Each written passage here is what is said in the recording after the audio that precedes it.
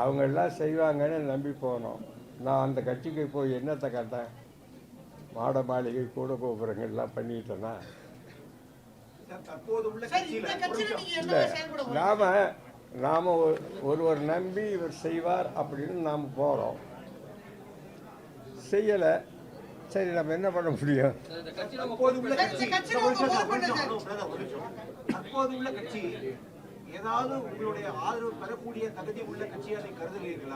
அது போக போகத்தான் சொல்ல முடியும். இப்போ முடியாது. ஏன்னா இப்போ ஒரு ஃப்ளூயிட் ஸ்டேட்டாக என்னை பொறுத்த வரையில் நாம் யாரையும் இப்போ முழுசாக நம்பி அவங்க பக்கம் போய் ஈடுபடக்கூடிய சூழ்நிலை இல்லை. அதாவது சூடு கண்ட போனையா இருக்கப்ப நான் அதிமுக எம்ஜிஆரை மறந்து விட்டது என்று நடிகர் விஜய் விமர்சிக்கிறார். அந்த விமர்சனத்திற்கு அதிமுக எம்ஜிஆரை மறந்து விட்டது, அவர் பாதையிலிருந்து விலகி போகிறதுன்னு நடிகர் விஜய் விமர்சிக்கிறார். அவர் எம்ஜிஆர் புகழை பேசுகிறார். இது பற்றி உங்கள் பார்வை? என்னுடைய பார்வை ஒன்றும் இல்லை. அவர்களுக்கு பேச்சுரிமை இருக்கிறது, பேசுகிறார்கள், அவ்வளவுதான். நான் அதை பற்றி ஒன்றும் சொல்லவில்லை.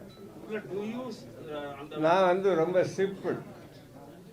வசதி பழத்தங்களுக்கு இருக்கிற வாய்ப்பு கீழ்மட்டத்தில் இருக்கிறவங்களுக்கு கிடைக்கிறதுக்கு என்ன பண்ணணுமோ அதான் பண்ணுறோம். வேற ஒன்றும் நான் சிந்தனையிலே சில அரசியல் கட்சிகளை டெஃபினேஷன் பண்ணீங்க, வணிகமயமாக தான் இந்த கட்சிகள் இயங்கிக் கொண்டிருக்கின்றன. அந்த விமர்சனத்திற்குள் அதிமுகவும் வருகிறது.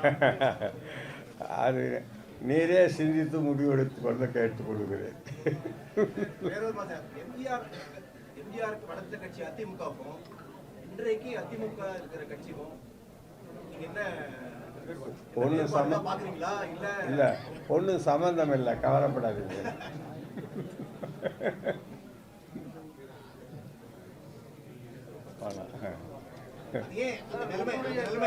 நீங்களும் கட்சியில இருந்தீங்க, மூத்த தலைவர் நீங்க. எம்ஜிஆர் உருவாக்கின அதிமுக இன்றைக்கு இல்லைன்னு சொன்னீங்க. அந்த நிலை ஏற்பட்டது. அது நம்ம வேலை இல்லை ஆராய்வது. நாம வேற ஏதாவது நல்ல காரியங்கள் செய்வோம்.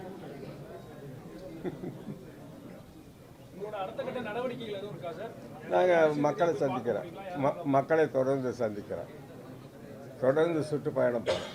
சார், நீங்கள் அரசியலில் நீண்ட நாளாக இருக்கீங்க. விஜய்க்கு ஒரு கூட்டம் கூடுது, அதை பற்றி என்ன நினைக்கிறீங்க? எது இல்லை, நீண்ட நாளாக நீங்கள் அரசியலில் இருக்கீங்க. விஜய்க்கு இவ்வளோ கூட்டம் கூடுவதற்கு காரணம் என்ன? அவருடைய உழைப்பு தான் காரணம். அவருடைய உழைப்பு, அவர் மீது இருக்கிற நம்பிக்கைக்கு தான் காரணம். இல்லை, அவர் நிலைமை வேற. புரட்சி தலைவர் எம்ஜிஆருடைய நிலைமை சூழ்நிலை எல்லாம் வேற. நாங்கள் கூட இருந்து பார்த்தோம். இவருடைய இப்போ அவருக்கு ஒரு பின்னணி இருந்தது. புரட்சி தலைவர் எம்ஜிஆருக்கு அறிஞர் அண்ணா அவர்கள், பெரியார், அந்த மாதிரி அவர் ஒரு பின்னணி இருந்தது. விஜய்க்கு அப்படிலாம் பின்னணி இல்லை. அதில் சாதகமும் இருக்குது, பாதகமும் இருக்குது. பின்னணி இருந்ததுனால ஒருவரை நாம் புரிந்து கொள்ள முடியும். இப்போ என்னை பார்த்தா இவர் எம்ஜிஆர் கூட இருந்தவர்னா புரிஞ்சிக்க முடியும். நான் மட்டும் வேறு ஆளாக உட்காந்தாக்கா இப்போ புரிஞ்சுக்கிறது கஷ்டம்.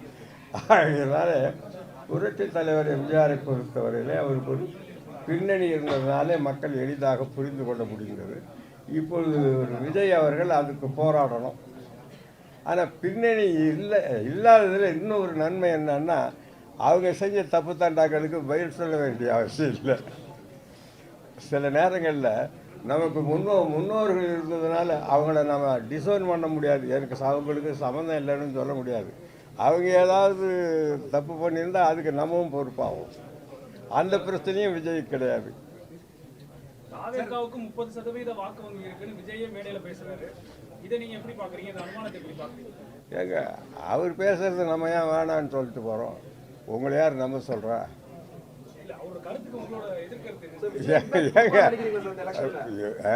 விஜயோடைய தாக்கம் இந்த எலெக்ஷன்ல எப்படி இருக்குன்னு பாக்குறீங்க? நீங்க மூத்த அரசியல் தலைவரா இருக்கீங்க, பல தேர்தலை பார்த்திருக்கீங்க. ஆமா, விஜய் எந்த அளவுக்கு தாக்கத்தை ஏற்படுத்துவார் நினைக்கிறீங்க? அது ஏப்ரல்ல சொல்றேங்க. ஏப்ரல் மாதம் கரெக்டா சொல்றேன்.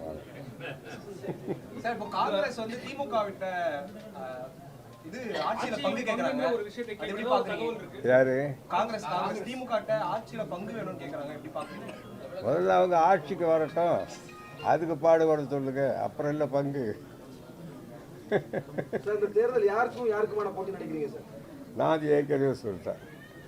நான் தான் முதல்ல சொன்னேன், திமுகவுக்கும் விஜய்க்கும் தான் போட்டி. கிட்டத்தட்ட 3-4 மாதத்துக்கு முன்னே சொன்னேன்.